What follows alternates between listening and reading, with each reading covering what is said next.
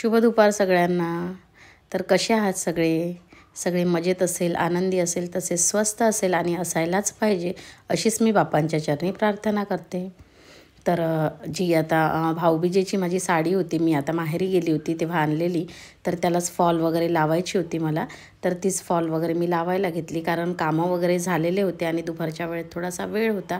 तर म्हटलं चला लावून घेते. साडीला फॉल वगैरे झालेली असली आणि ब्लाऊज वगैरे शिवून राहिलं की कधीही मग आपल्याला घालायला बरं पडतं. आणि आता तसंही जसं की आता लग्नांचे किंवा कार्यक्रमांचे दिवस वगैरे सुरू होऊन जातात दिवाळी झाल्यानंतर, म्हणजे तुळशीचं लग्न झाल्यानंतर. तर मग साड्या वगैरे आपल्या रेडी असल्या की कुठेही घालायला कामी येतात. गुड इव्हनिंग सगळ्यांना. तर मगाशी फॉल लावत होती मी आणि थोडी लावून झालेली आहे, थोडी म्हणजे अर्ध्यापेक्षा जास्त लावून झालेली आहे, थोडीशी राहिली. कारण मग ट्युशनचे मुलं वगैरे आले होते, तर मग ट्युशन वगैरे घेतली. आणि त्यानंतर आता सायंकाळ झालेली आहे, स्वयंपाक वगैरेही करायचा आहे. तर आधी फ्रेश होते, त्यानंतर स्वयंपाक वगैरे करते आणि भेटते तुम्हाला थोड्या वेळाने. तर सायंकाळ झालेली आहे आणि आता वाजलेले आहेत 6:30. तर इकडे सक्षम अभ्यास करत बसलेला आहे आणि इकडे अपेक्षा देखील ना तिची कॅशिओवर तिची प्रॅक्टिस सुरू होती.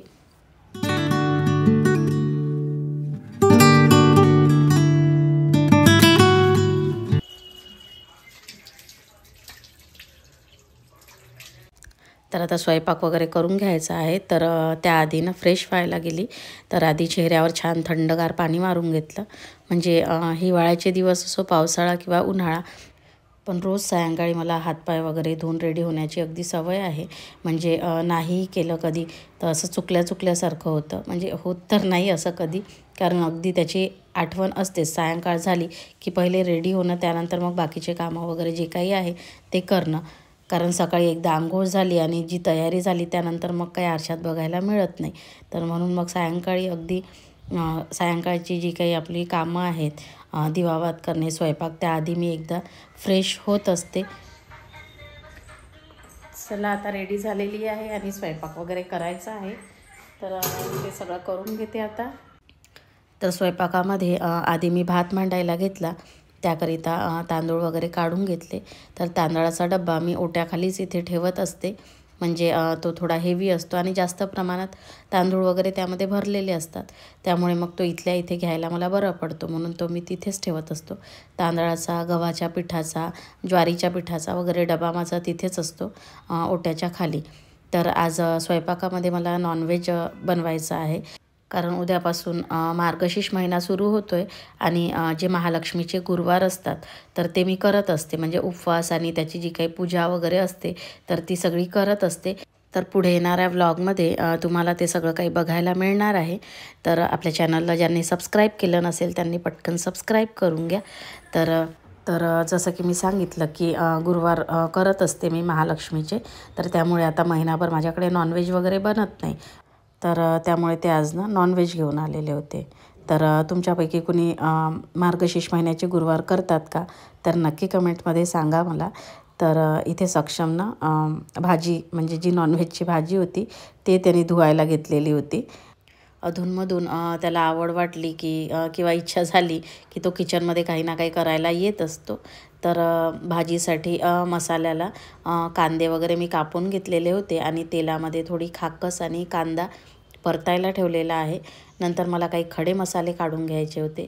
तर हा स्टीलचा डबा आहे आणि याच्यामध्ये मी या एकाच डब्यामध्ये सगळे खडे मसाले ठेवलेले आहे.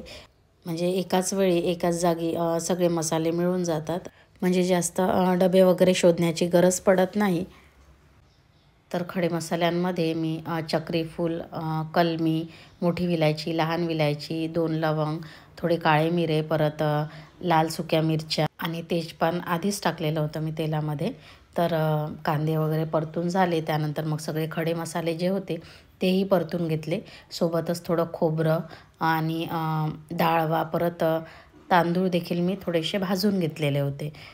तर हे वाटण मिक्सरला लावायला घेतलं तर माहिती नाही त्या मिक्सरलाही काय झालेलं होतं, तर ते मिक्सरनं सुरूच नव्हतं होत. त्यामुळे मग ते वाटण मी खाली माझ्या मोठ्या जाऊकडे अपेक्षासोबत पाठवून दिलेलं होतं की ते थोडंसं बारीक करून घेऊ नये म्हणून वाटण. तर ती गेलेली होती तिकडे. तर म्हटलं चला तेवढा वेळ मी थोडे फुटाणे घेतले होते खायला आणि सक्षमलाही थोडेसे दिले. तर फुटाणे खाणं खरंच छान असतं. त्याच्यामध्ये भरपूर प्रमाणात प्रोटीन, फायबर, पोटॅशियम असतं, जे की आपल्या शरीरासाठी खूप छान असतं. आणि यासोबत जर आपण गूळ खाल्ला तर त्याचे अजून फायदे आपल्या शरीराला मिळत असतात. तर अपेक्षा ताईकडून मसाला वगैरे वाटून घेऊन आलेली होती. तर आता मला भाजीला फोडणी द्यायची आहे. तर तेल गरम झालं की त्यामध्ये ना अद्रक, लसूण आणि कोथिंबिरीचं जे वाटण होतं ते आधी सोडलं. तर त्याला छान त्याचा कच्चेपणा जाईपर्यंत त्याला छान तेलामध्ये होऊ दिलं. त्यानंतर जो काही भाजलेला मसाला होता त्याचं जे वाटण होतं तर ते टाकून घेतलं.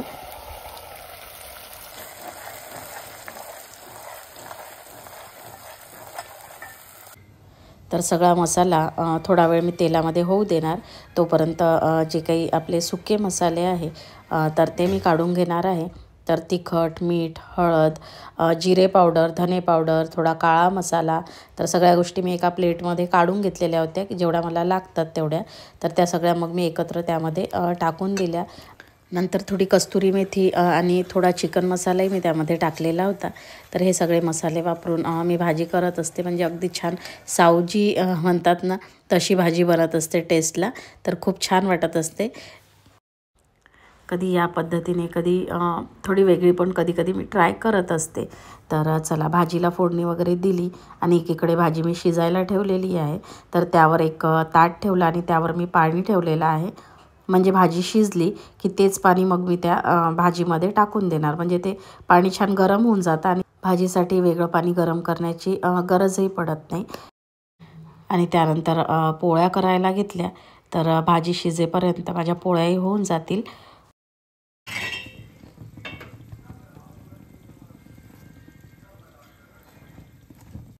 तर भाजी इकडे शिजलेली आहे. तर आता जे मी ताटावर पाणी ठेवलेलं होतं तर तेच सगळं मी पाणी यामध्ये सोडून घेतलं आणि थोडा वेळ त्याला आता ना उकळी येऊ देणार. तर चला पोळ्या वगैरे पण झाल्या होत्या माझ्या आणि थोडं सलाद मी कापायला घेतलेलं होतं. तर मुळा आणि कांदा कापायला घेतलेला होता, परत लिंबू. तर ते सगळं कापून घेतलं. तर भाजी पण इकडे झालेली होती.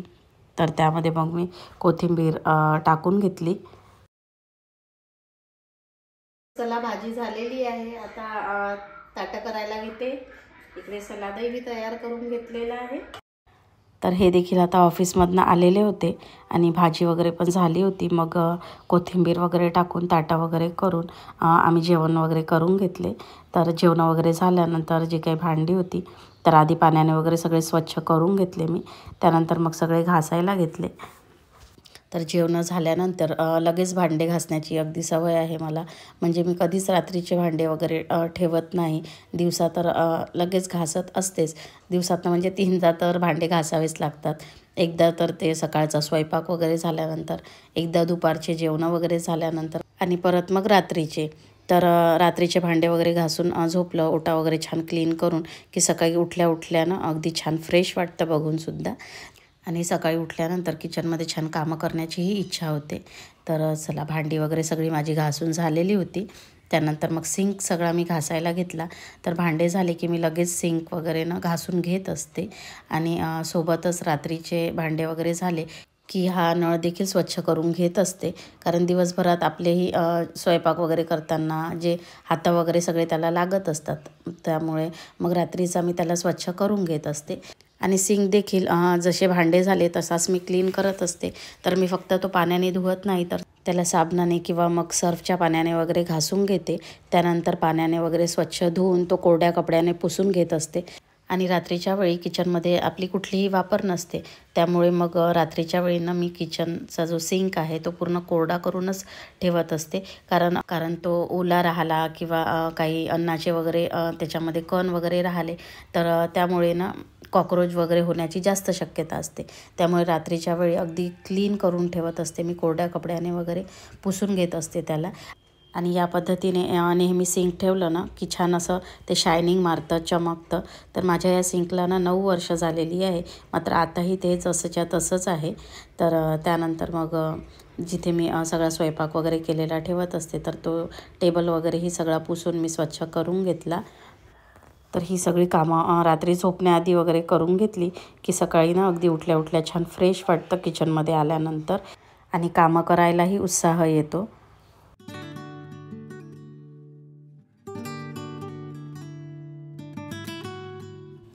तर किचन सगळं आवरून झालं आणि त्यानंतर मग मी केसांना ना छान तेल लावायला घेतलं, कारण मी रोज तेल लावत नाही.